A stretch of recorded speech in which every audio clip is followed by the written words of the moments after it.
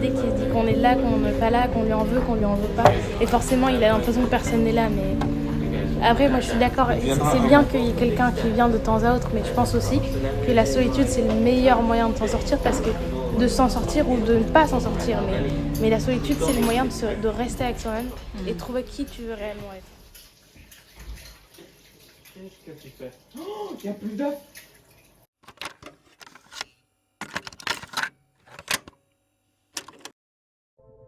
Aujourd'hui, j'ai pleuré dans les bras de mon frère.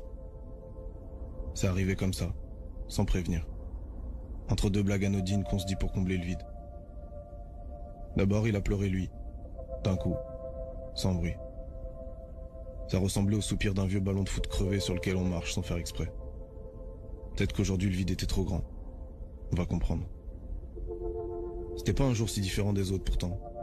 Il faisait même plutôt beau. Et puis c'est pas son genre à lui de chialer. Surtout qu'il en a connu d'autres dès aujourd'hui. Et des sacrément moins roses, ça je te le dis.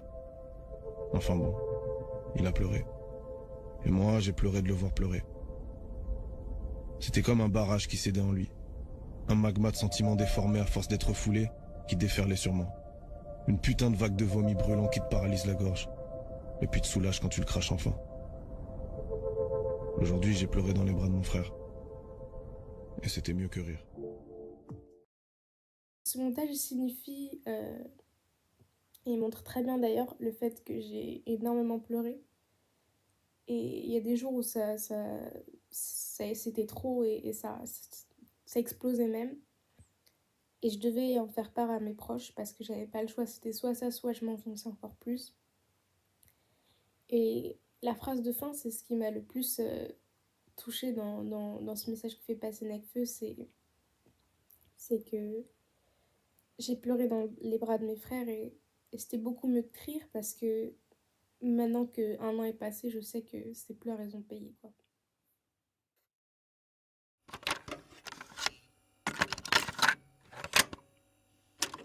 Il y a autre chose que vous voulez.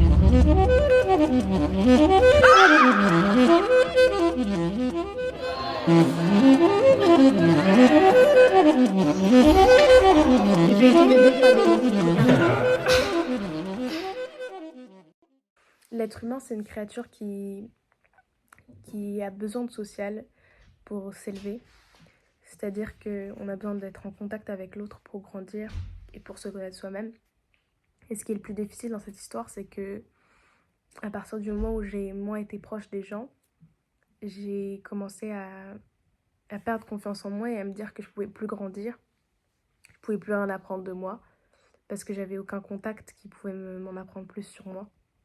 Et ça m'a fait extrêmement peur. Du coup, j'ai fait un autre montage et je suis restée seule. C'est assez spécial la solitude parce que personne d'autre que nous peut nous dire si on se sent seul. La solitude n'est pas un drame. La solitude, c'est une tragédie qui décrit la condition humaine dans son ensemble. Et le drame, c'est d'avoir la tragédie sous les yeux. J'ai 37 ans et ma solitude est totale. J'ai peur d'un nouvel échec amoureux et je me rends compte que je m'isole de plus en plus. La solitude peut être souffrante. Si la solitude, comme l'appelle le Crédoc, est déprimante, c'est parce qu'elle empêche d'oublier que de toute façon, nous sommes déjà seuls. La solitude, vous pouvez être au milieu de plein de gens qui vous aiment et vous sentir quand même seul. Mais croire qu'on est seul parce qu'on ne voit personne, c'est méconnaître la solitude. On est seul parce que tout homme naît, vit, pense, jouit, mange, aime, désire et pleure seul. Au fond, 1 Français sur 10 est seul. C'est La réalité, moins optimiste que l'enquête, c'est que 10 Français sur 10 sont seuls. Tout le monde est seul. Là, ce qu'on appelle solitude dans l'enquête du Crédoc n'est pas vraiment la solitude, mais c'est la conscience de la solitude qui vient à ceux dont la vie ne maquille pas la solitude. Mais entre ceux qui savent qu'ils sont seuls, parce qu'ils n'ont personne pour les distraire de cette idée, et ceux qui, en voyant du monde, se sont donné les moyens de l'oublier. Et comment sortir de cette solitude qui a fait de moi une loque sans projet et sans avenir?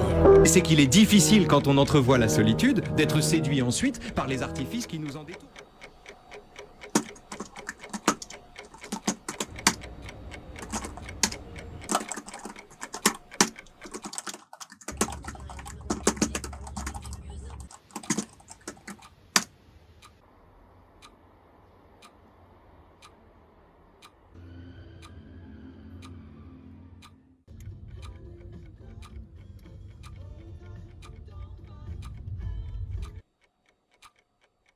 Et aujourd'hui, il pleut. Et je me rends compte qu'il y a des milliards de gouttes qui tombent en un instant. Mais si je me cale que sur une seule goutte, je me rendrai pas compte qu'elles tombent toutes ensemble. Et je trouve ça magnifique de se rappeler qu'on est tous à vivre des problèmes aussi vastes et complexes et qu'on sera jamais complètement seul.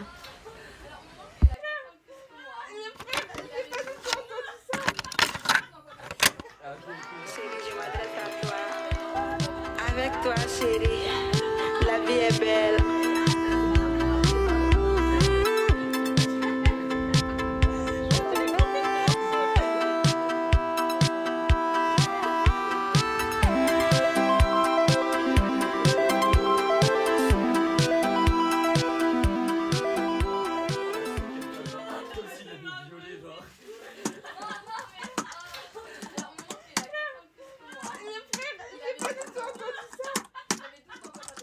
Ah, ok, ok.